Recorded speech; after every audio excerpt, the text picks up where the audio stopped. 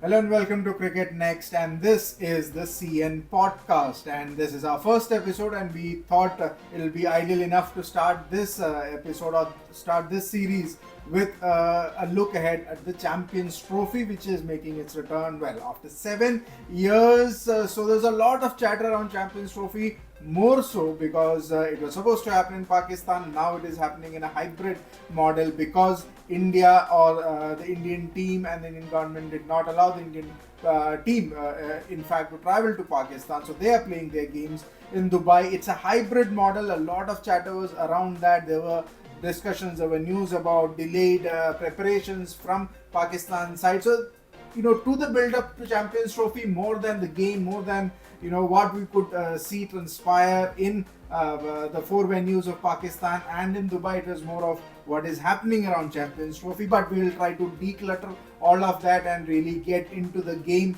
mode of it. And for this, I have Harshit Bisht and Rudransh Khurana with me for this podcast. Welcome, gentlemen. This is a maiden venture, so we'll try and see how this works out.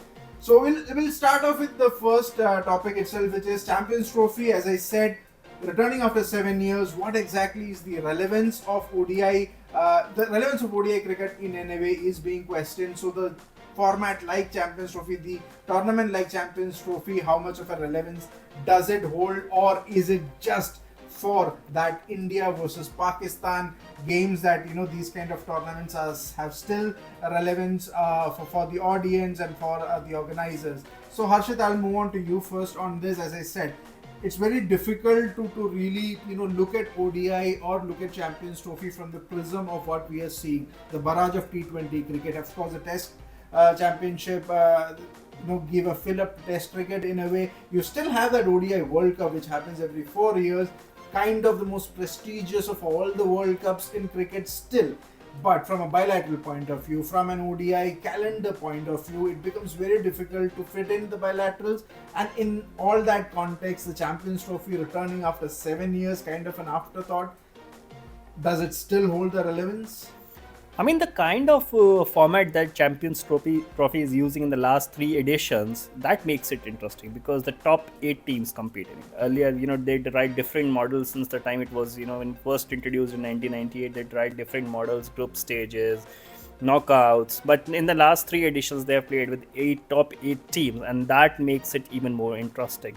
In 2013, it was planned. There were plans to, cancel Champions Trophy, abolish it. But after the popularity of the Champions Trophy, which India won, they decided to continue it. Right. In 2017, we saw an even greater contest. So, with the World Cup, with the ODIs, a lot of bilateral series taking place in between. ODIs is losing its relevance. Right. To keep the ODI format, intact, to keep it interesting, such tournaments needs to be organized more because now we don't see any tri-nation series or quadruple series. So in that reference, waiting for a World Cup after every 4 years becomes a long period. So if you have a Champions Trophy and an ODI World Cup in a gap of 2 years, it makes it interesting. And the kind of format this Champions Trophy is, using, it is a really interesting contest to watch out for because top 8 teams are going to participate in it. That is true, and that's what it is. It's not a long drawn kind of a tournament. It is quick. You have games, teams divided into two groups, and the top two go into the semi-finals and the final. That's about it. No Super 6 or Super 4 or Super 8, nothing of that sort. So yeah, in that way, Champions Trophy's relevance, as you rightly mentioned, just for the cycle of World Cup, you probably need to have this kind of a tournament, and you have the top 8 teams competing. That is an incentive for the teams as well to make it to the top 8 in terms of rankings and play the bilaterals more. And so let's move on to what exactly are we going to expect in the Champions Trophy. India, have been the runaway favorites for everybody, Rudransh. And their recent performances against England pretty much seems like Indian team heading into the Champions Trophy. There's no chink in their armor, even though they are missing somebody like Jasprit Bumrah. Having 5 spinners in that squad, they are going to play all their games in Dubai, so there are still verdict is still out. What kind of pitches would you expect? But traditionally speaking, UAE, Middle East wickets tend to favor spinners, even though I think you mentioned earlier that because it's the start of the season, maybe you could see some assistant for the fast bowlers. But then Team India batting first, They rake up 350 plus, chasing, they shoot down 350 plus in under 40 overs. What makes India so strong? Do you think India are that strong that they are the runaway favorites? I think they are. The things that make them this big of favorites are, I think, their batting plus, especially their experience, and the hybrid model suits them a lot.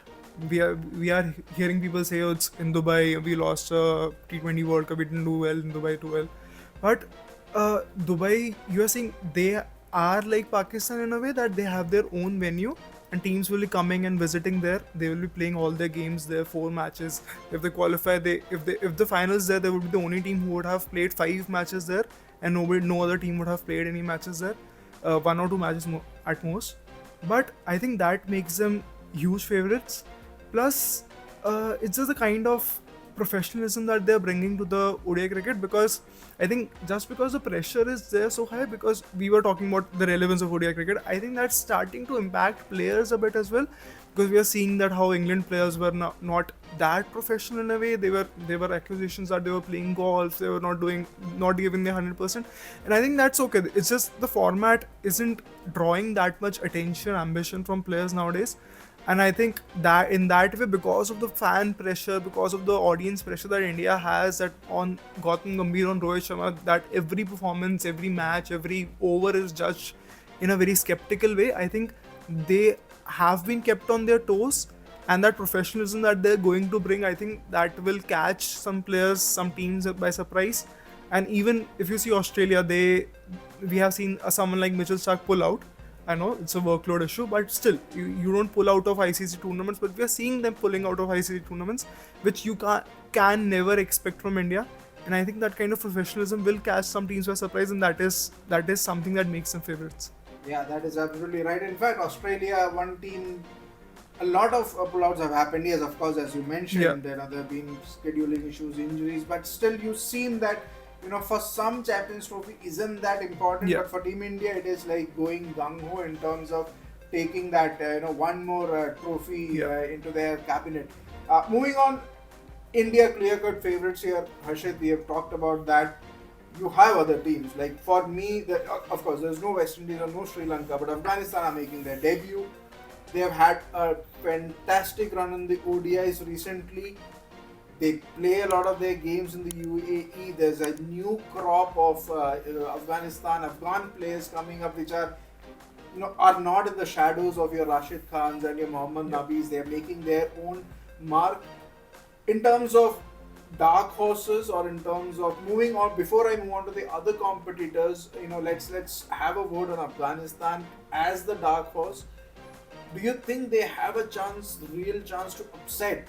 I'm not saying Team India, but the other major teams in that, in their group, or maybe in the top 8, do you see them as a sure shot semi-finalist? Well, I don't see them as the sure shot semi-finalists, but they will be one of the be favorites to qualify for the semi-finals. Afghanistan is going to play all its matches in Pakistan because they are part of Group B.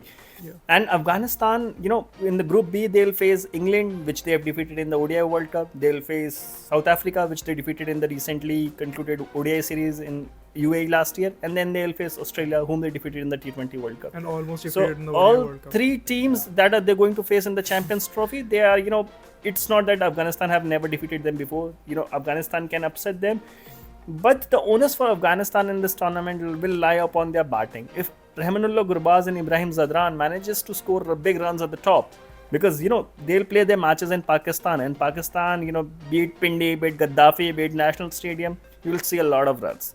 So if they manage to score big runs, then with the presence of players like Rashid Khan, players like Mujibur Rahman, players like Mohammad Nabi, players like Azmatullah Omar Zai, they can upset any team in the world. And if they manage to do so, they are the clear-cut favorites, because in Champions Trophy, the kind of format that we are going to play, you don't need 10 matches to win. Yeah. A couple of wins will do the job for you.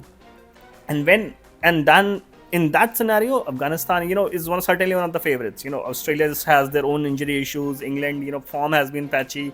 So if you look at the permutation, all 4 teams in the group will start at the equal level. It's not like that Afghanistan is making a debut or the other 3 other heavyweight favorites. It's not like that. All 4 teams are on the same level at the present, and that's why it can be anybody's day.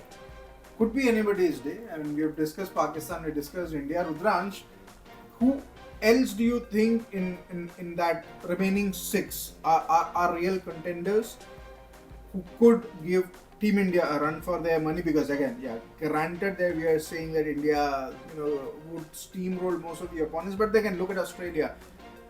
Practically, it's a B string, B side that they have fielded. Yeah. You have some team like Pakistan, even though it is, they'll be playing their home games, it is their tournament. Nobody is talking about Pakistan the way someone should talk about host nations, even though they have some amazing ODI players in Mohammad Rizwan, in Babar Azam, of course Shaheen Shah Afridi.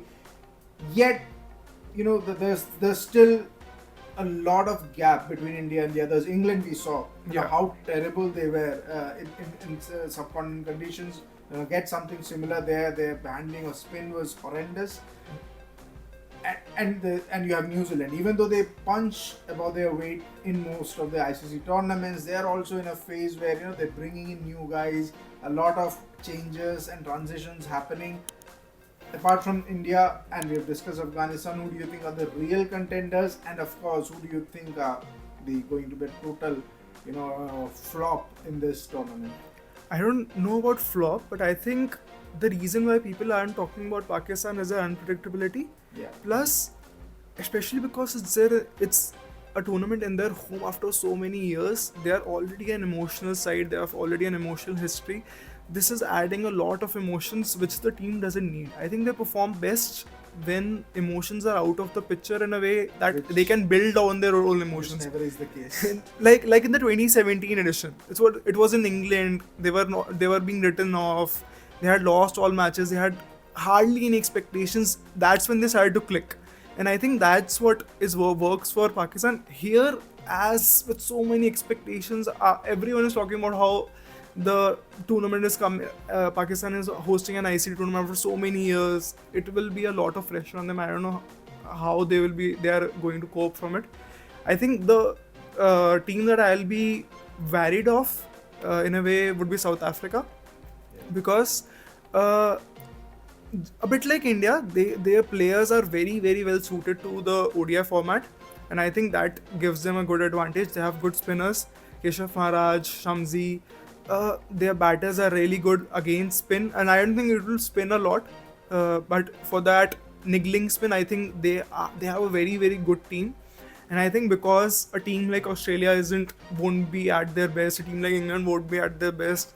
New Zealand, we know they punch above their weight, but they are, as you said, they're going under sort of a transition. I think India and South Africa for me, are the biggest favorites to again reach an ICC final. And I think this match might go even, if they do, these contests might go even closer than the one we saw in the T20 World Cup. That is true. And Afghanistan, South Africa definitely at the moment going their way. Exactly. Everything's working for them. We beat the T20 final, the men's team, the women's team also doing well, the under-19 also doing well. They've had a great T20 league as well, which gotten really with new players as well. South Africa could be one of those teams that could give India a run for their money. And Rudranshu did talk about pressure of Pakistan hosting an ICC tournament for the first time since 1996. But Harshit, there's an even more pressure, and which is India versus Pakistan. It was not very recently, day before yesterday, I think it was Salman Ali Agha in a PCB podcast said that we don't mind losing to India if we go ahead and win the Champions Trophy. The very reason that you're bringing in India in that context of a Champions Trophy itself says that how much of a pressure situation is that.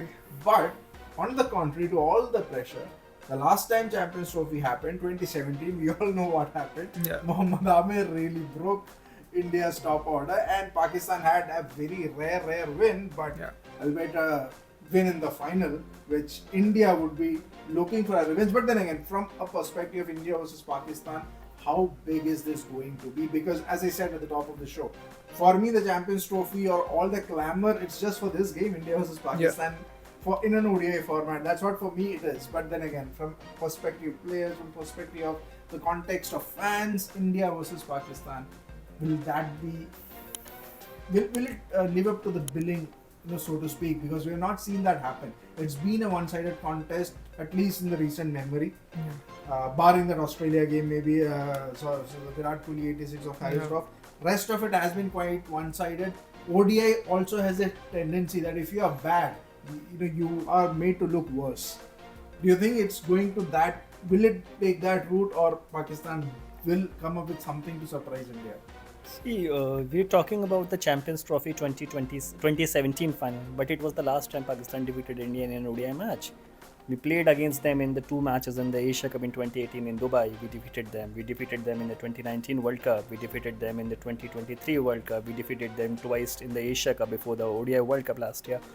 So, India versus Pakistan contest will only live up to the expectations if Pakistan batters show up on that day, which I am not sure about they will, because, apart from, they have big names, they have Fakhar Zaman, they have Mohammad Rizwan, they have Babar Azam, but all these players are very inconsistent players.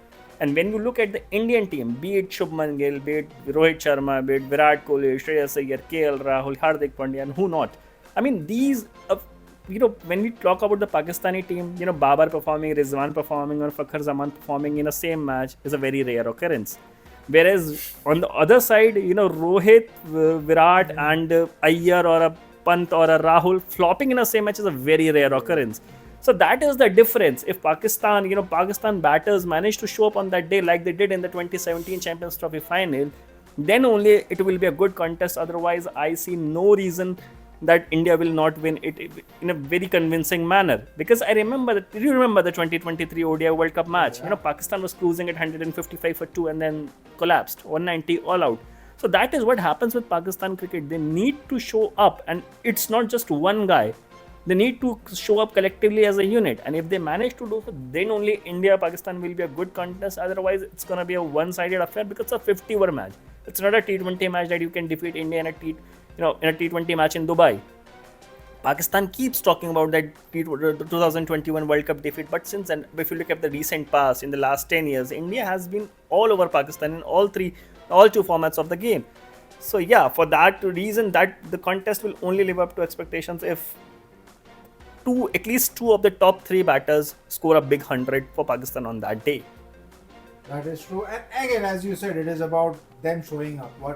Which Pakistan shows up, you never know. They probably will have to wake up at the right side of the bed, maybe to really show up and put up a fight to India. But one thing is for sure, if you want to put up a fight to India, you have to be at your absolute best. Be it Pakistan, be it Australia, or be it South Africa. So that was about teams. We will wrap this up. We are coming to a close of this podcast. Before wrapping it up, let's look at some key players.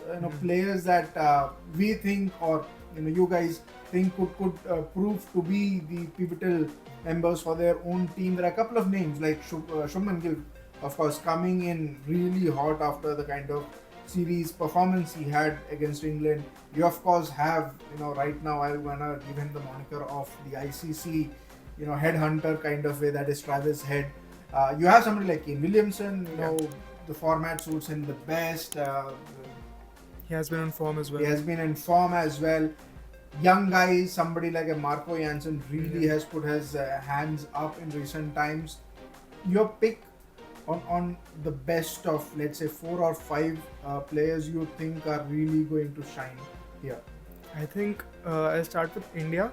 I think I'm looking at someone like, it's a controversial take, but I think I'm looking at someone like Shreyas Iyer and KL Rahul, because India will need its middle order to come into the game a lot, because the top order is like, we know they are doing well, but it's like we might see, because teams will come with that plan. Every ICC tournament, teams will come with plans to blow out the top order.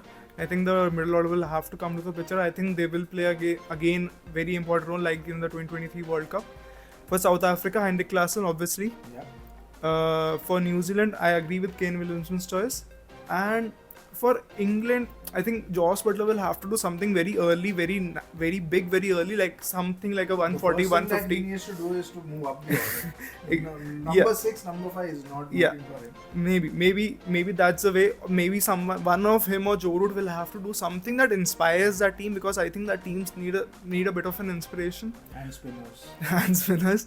And with Australia, I think it's going to be very difficult unless the batters hit some amazing form, even better than what India in 2023 World Cup. Yeah. That will be difficult, but I think Afghanistan back. I'll go to the basics. I think Rashid Khan will define the tournament, because their team is excellent, but I think he's still the X factor. He'll continue with the X factor. He'll continue with the one who wins you matches outrightly and gives you the confidence that you can win matches against the best of the teams. And I think he'll be the one I will be watching, and these will be the players I'll be watching on. Rashid Khan, of course, nobody can put his name in the list of match winners or players to look out for. One last question, one last segment in a way. Last ICC tournament for certain Rocco and the Ravindra Jadeja. Of course, look, there's no suspense there. Everybody has won an ICC trophy, even Rohit to that extent. But the 2027 World Cup is still, it's 2027. We are still sitting in 2025, early part of 2025. Yeah. World Test Championship, the kind of BGT we saw, it's very difficult that all three of them make it or be around the test arena for that long for the next Test Championship cycle. Yes, you have the T20 World Cups and all, but Rohit has won it. Kohli, of course, I think Jadeja, Rohit, Kohli has retired. Yeah.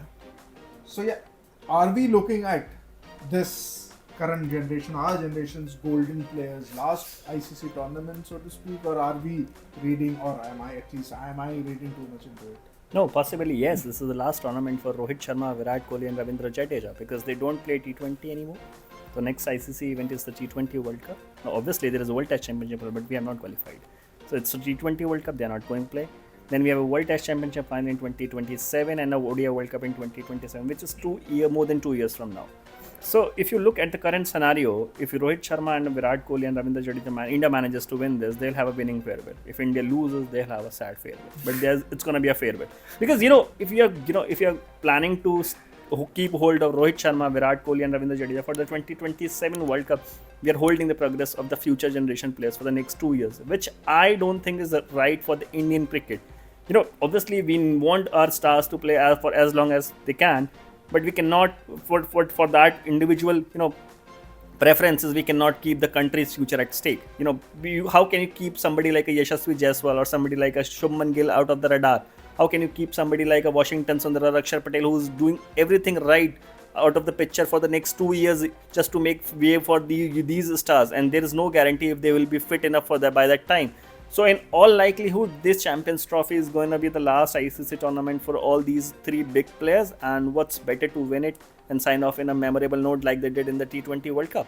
That is true. So a lot riding on Champions Trophy from a fan's perspective, from a team's perspective, even from the game's perspective as well, as we discussed at the top of the show. The relevance, whatever happens, not just the India-Pakistan game, for ODI cricket to have the relevance, to keep its fans together, you need to have more competition, more better, evenly match contest, and hopefully that is what we will expect in Dubai and in 4 venues in Pakistan. So with that we have come to the wrap of our first CN podcast, and hope you liked this show. As I said at the top of the show, we are trying to declutter all the other things and focus on the game more. Hope you liked it, and if you like it, do comment on the comment section, do put in your suggestions as well. And till that time, till next week, hopefully be safe and enjoy the Champions Trophy. We'll be back probably at the middle of the Champions Trophy after the India-Pakistan games, so we'll have a lot to talk about. So till then, do keep following us, do keep supporting us.